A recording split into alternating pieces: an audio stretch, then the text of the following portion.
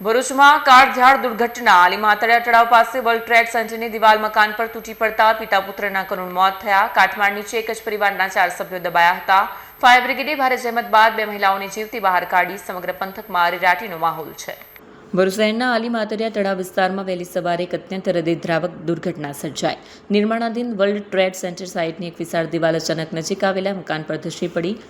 ભયાનક દુર્ઘટનામાં મકાનમાં ઊંઘી રહેલા એક જ પરિવારના 4 સભ્યો કાટમાળ નીચે દબાઈ ગયા, જેમાં પિતા અને 21 વર્ષીય આશાસ્પદ પુત્રનું કાટમાળ નીચે કચડાઈ જવાથી મોત થયું, જ્યારે પરિવારની 2 મહિલાઓનો આબાદ બચાવ થયો. ઘટનાની જાણ થતાં ભરૂચ નગરપાલિકાની ફાયર બ્રિગેડની ટીમ કાફલા સાથે પહોંચી.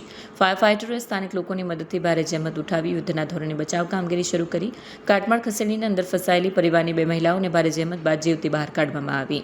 બંને મહિલાઓની નાની મોટી ઈજાઓ થતાં તાત્કાલિક સારવાર અર્થે નજીકની હોસ્પિટલ ખસેડવામાં આવી, જ્યાં હાલ તેમની સારવાર ચાલી રહી છે.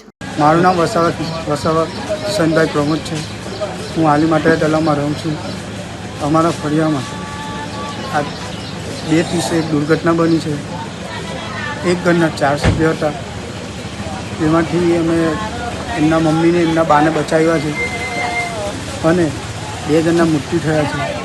શોપિંગ મોલ બને છે, એમની દિવાલ પડવાના કારણથી એમનું મોત થયું છે. શું નામ છે શોપિંગનું? શોપિંગનું નામ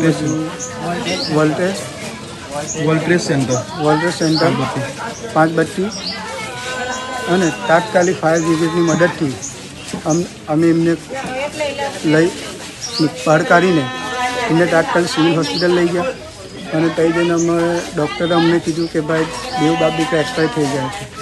ઉંમર આશીષભાઈની જે ઉંમર છે એમની 20 વર્ષની છે અને જે એમના પપ્પા છે એમની 35 વર્ષની ઉંમર છે અને એમના મમ્મી એકલા થઈ ગયા અને જે આશીષભાઈ છે એમના સગાઈ બી કરેલી છે.